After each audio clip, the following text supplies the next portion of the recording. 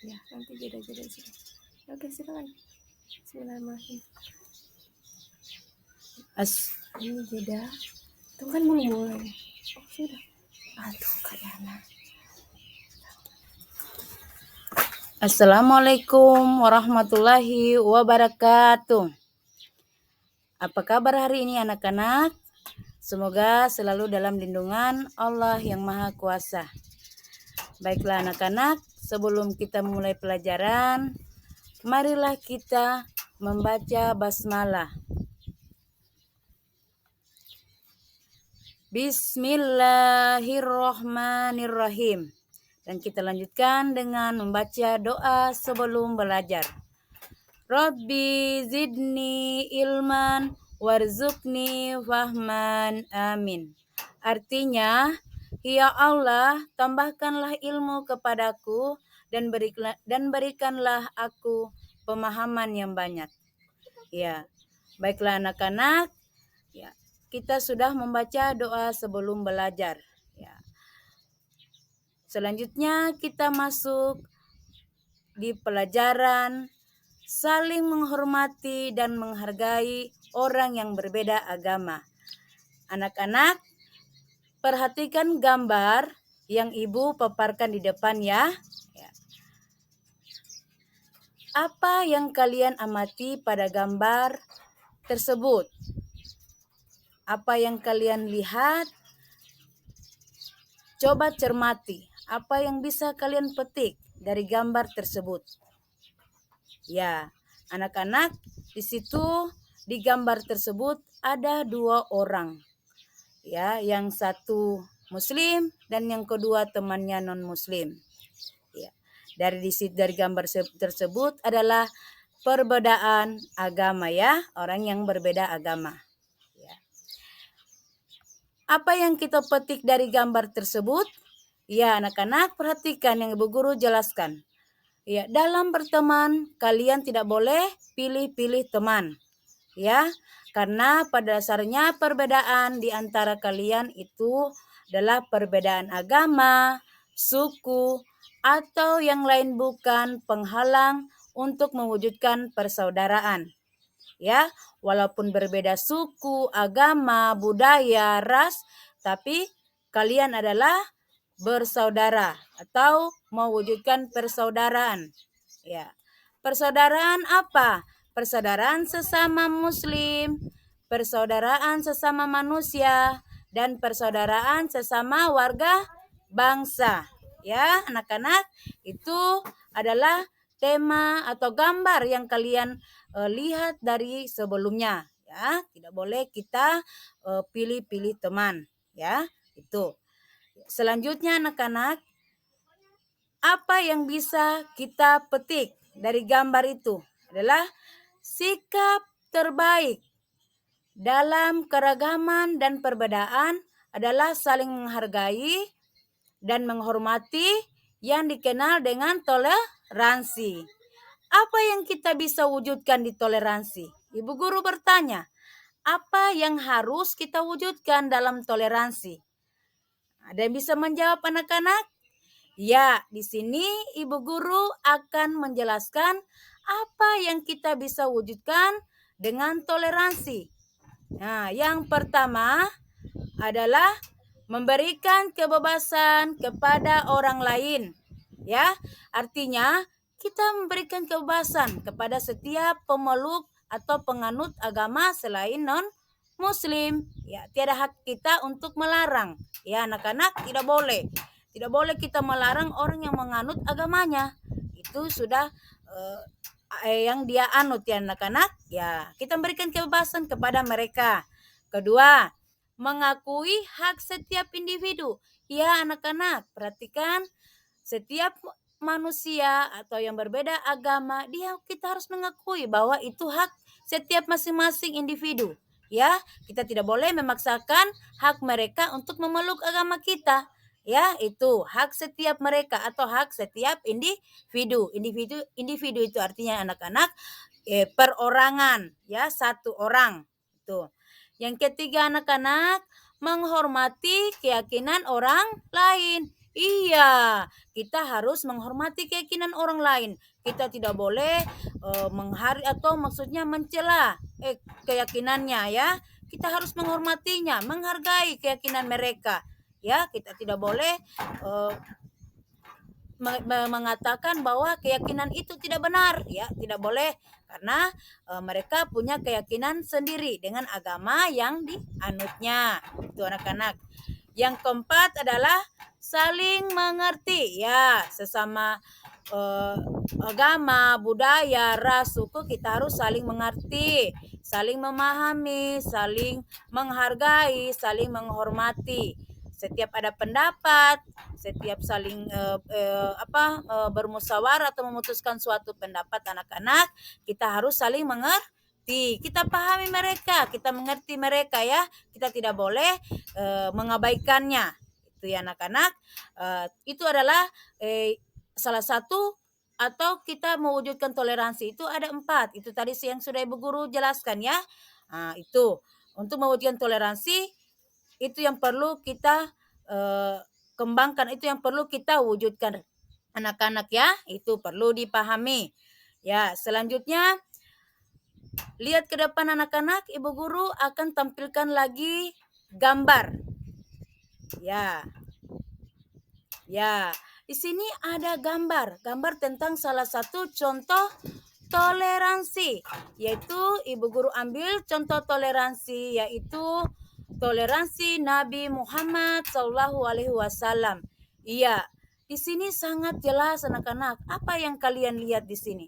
Ya, seorang pengemis, orang Yahudi, yaitu pengemis buta. Ya, anak-anak, di sini yang kalian amati, apa yang kalian bisa petik? Ya, Ibu Guru akan jelaskan ya, gambar apa sebenarnya ini, ceritanya seperti apa, toleransi yang bagaimana. Ya, sini Ibu Guru akan menjelaskan. Ya, sini Nabi Muhammad SAW adalah orang yang perhatian terhadap keadaan pengemis tua Yahudi, yaitu yang tadi pada gambar sebelumnya.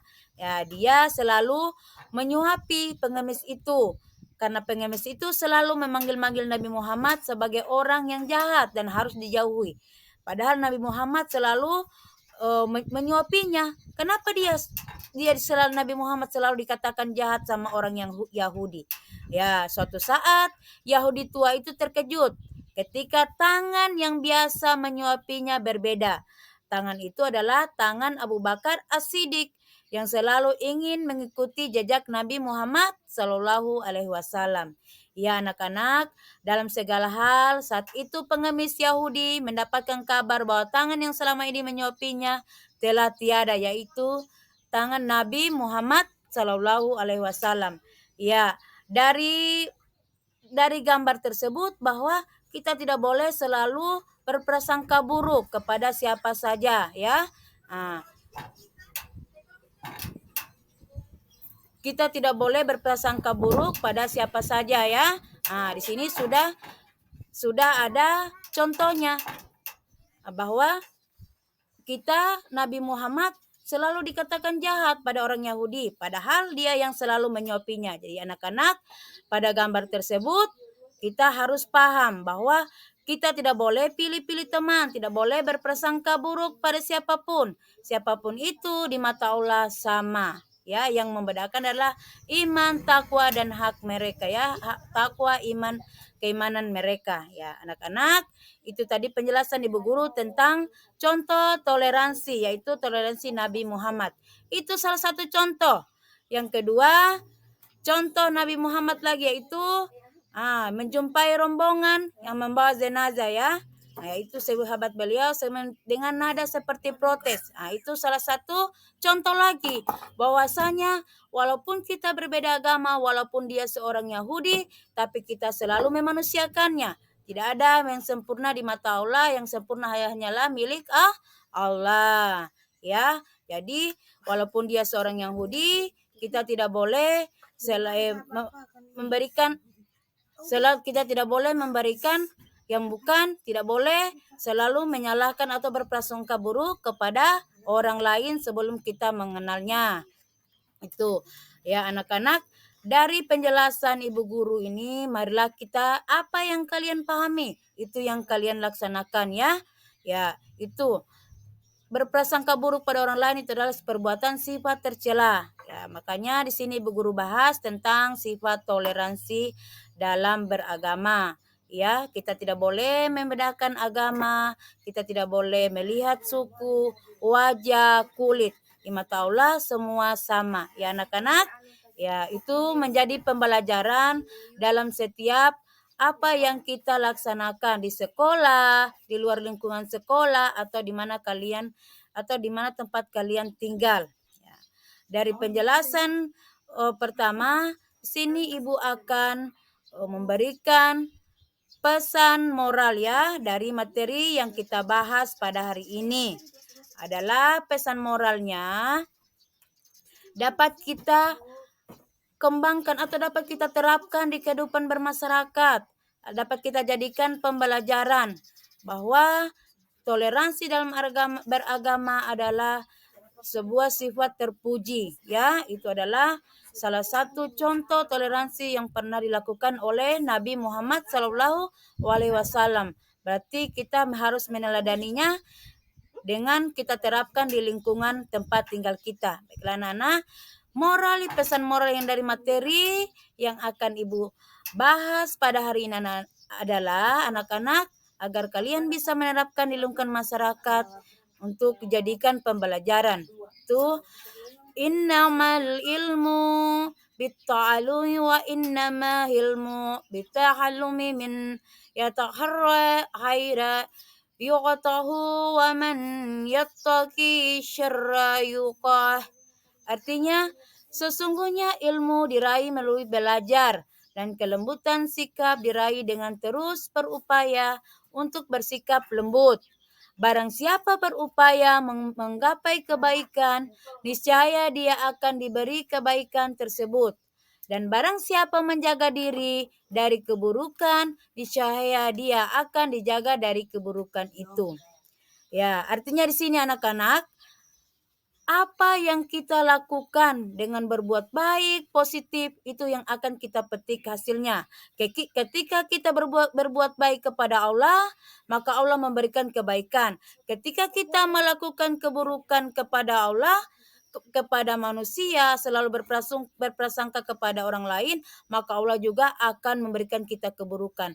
Maka kita harus menjaga anak-anak lisan, perkataan, perbuatan, harus sejalan dengan perintah Allah. Anak-anak, dari pembelajaran yang ibu bahas pada saat ini adalah hikmah atau moral yang ibu ajarkan ini, itulah yang diterapkan di masyarakat atau kedepannya atau di lingkungan sekitar tempat tinggal anak-anak. Ya, anak-anak, inilah penjelasan tentang saling menghargai dan menghormati antar orang yang berbeda agama. Itu ya sudah ibu guru jelaskan. Ya, sebelum kita tutup pembahasan pada hari ini, ibu guru akhiri dengan mengucapkan hamdalah. Alhamdulillahirabbil alamin. Terima kasih. Assalamualaikum warahmatullahi wabarakatuh. Semoga hari ini anak-anak perasaan hati dan akhlak anak-anak menyenangkan ya. Terima kasih.